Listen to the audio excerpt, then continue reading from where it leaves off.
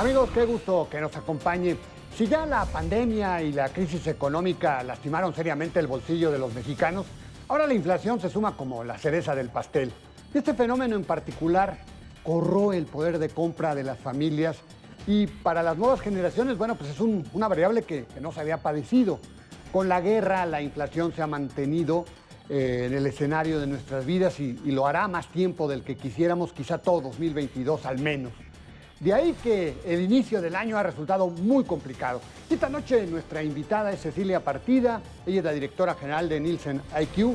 Y bueno, pues cómo se ha retraído nuestro consumo en la primera parte del año, qué cambios se ven en nuestros hábitos, cuál es el horizonte para todo el 2022. Lo invito a que nos acompañe. Bueno, muchas gracias por acompañarnos, Cecilia, te agradezco mucho la oportunidad. Muchas gracias, Alberto. Bueno, pues arrancamos un año, lo decíamos, un año complicado, un año difícil, el tema de la inflación, el tema del poder de compra, la economía no está creciendo lo que quisiéramos. ¿Cómo está evolucionando el consumo? ¿Cómo arranca el consumo? Ustedes que miden el consumo todos los días, que hacen investigaciones de mercado, de cómo estamos reaccionando los consumidores. ¿Qué estás viendo, Cecilia, en el mercado en este arranque del año? Mira, pues sin duda seguimos en un contexto que nosotros hemos venido anticipando desde el año pasado como impredecible.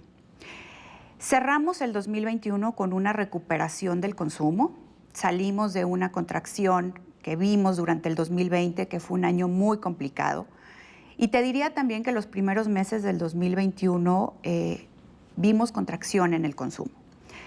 Sin embargo, bueno, cerramos 2021 con una recuperación del 1% en volumen. ¿Qué hemos visto en estos primeros meses del año? Vemos un mayor dinamismo en el consumo. De hecho, la variación en volumen en el último año móvil, considerando los primeros meses del año, enero y febrero, tenemos ya un crecimiento del 1.8%. ¿Frente a qué? ¿Frente al 2019? Frente al 2020. 20. Exacto, frente exacto. Al 2020. Exacto, 1.8%. Ah, o sea, ya 1.8. arriba del 1% del 2021 completo, ¿no? Exactamente, exactamente. Y esto se debe principalmente a la recuperación de la movilidad. O sea, hoy la gente ya tiene más disposición, las condiciones se han prestado para que podamos salir. Se debe a la recuperación de la movilidad y también a la recuperación de un canal que en México es muy importante también, que es el canal tradicional. Entonces, sí vemos hasta ahora una recuperación, como te decía, del 1.8%. Ese canal tradicional son las tienditas, ¿verdad? Exactamente. O sea, la miscelánea, la esquina. Exactamente. Ese se vio muy castigado, ¿verdad, Muy Cecilia? castigado, se vio muy castigado por todo el confinamiento.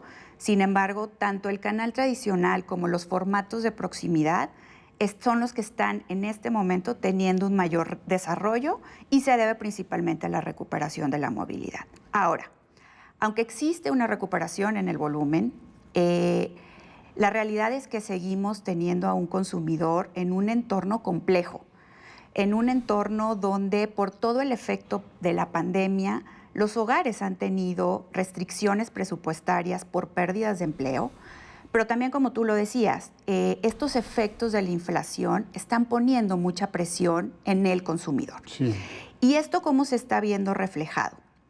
Nosotros estamos observando que el consumidor está teniendo la misma capacidad de gasto, es decir, comprar lo que compraba antes le está costando más por el efecto de inflación.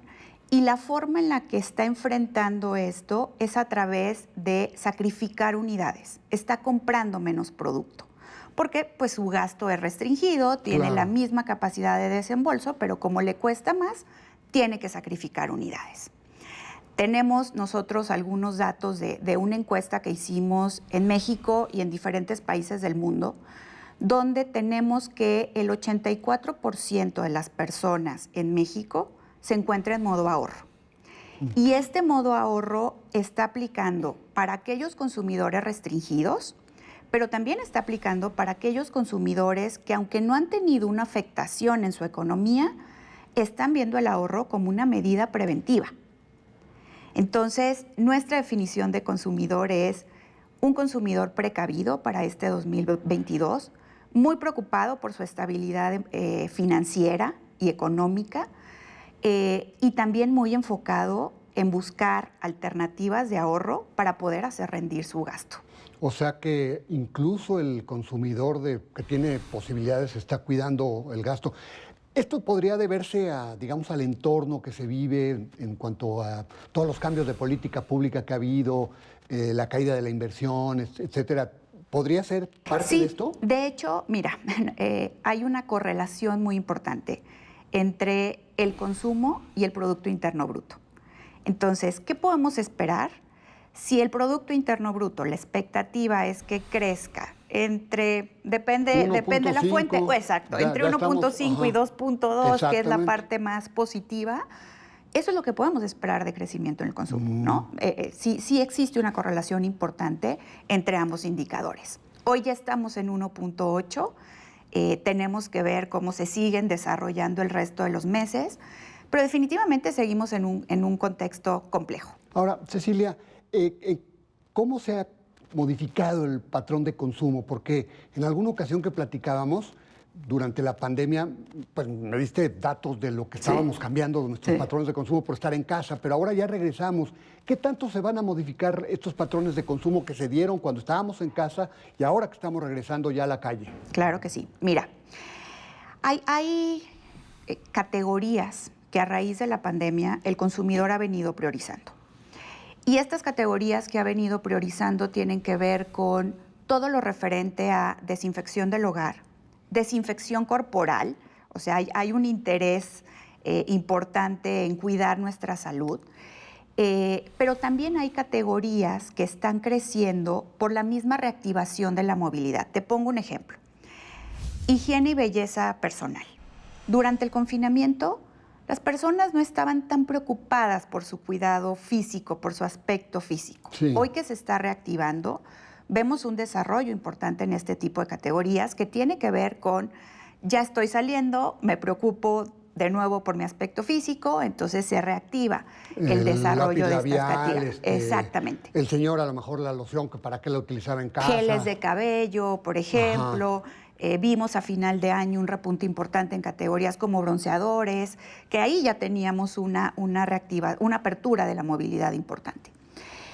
Alimentos es un canasto que va a seguir priorizando el consumidor, que aunque durante el confinamiento hubo categorías con un crecimiento muy acelerado, ahora que estamos regresando a la nueva normalidad y con estos esquemas híbridos, las categorías de alimentos van a seguir siendo relevantes. Ahora, ¿qué otras cosas estamos viendo también en cuanto al consumo? Con la reactivación del canal tradicional y los formatos de proximidad, estas categorías dependientes a estos canales como refrescos, botanas, estos formatos individuales más de consumo on the go, están teniendo de nuevo un desarrollo, regresando de hecho a los niveles prepandémicos. Que habían perdido toda fuerza, claro. ¿No? No estábamos en la calle, el puestito de la esquina estaba ahí medio vacío, ¿no? Así es. Ahora, el tema de la comida en casa, el tema de la comida fuera de casa, los restaurantes y eso, ¿ya sienten algún cambio o cómo se va a comportar, por ejemplo, el tema de la comida fuera de casa? Sí, una de las cosas que ha declarado el consumidor es, por esta misma restricción presupuestaria, van a estar priorizando lo básico. ¿Qué van a dejar de priorizar? Todo lo que tiene que ver con consumo, entretenimiento, incluso viajes, porque al final pues no están teniendo esta capacidad para poder financiar este tipo de salidas fuera del hogar. Ajá. O sea, el entretenimiento va a seguir siendo un factor que pues no le va a seguir yendo bien, ¿no? Al menos hoy no está priorizado por el consumidor. Y va a estar priorizando, como te decía, todo lo que tiene que ver con el consumo dentro del hogar. La actividad física, por ejemplo, todo lo que tiene que ver con el desempeño físico, ir al gimnasio. Eso sí, eso sí. Fíjate que sí hay un interés del consumidor en cuidar su salud, ¿no? Y cuidar su salud, sí, con estos productos que te acabo de mencionar, pero también por cuidar su salud para protegerse ante pues, cualquier cosa que pueda suceder, ¿no? Sí vemos personas más interesadas en hacer deporte, en mejorar su dieta, su salud. O sea, en general, si hay un enfoque por este cuidado mucho más integral. Ahora, por formatos, ¿cuáles serán los cambios que haya? Por ejemplo, ya nos decías tú la miscelánea, ¿no? Que ya regresó, ya la gente ya salió a la calle y ya está regresando.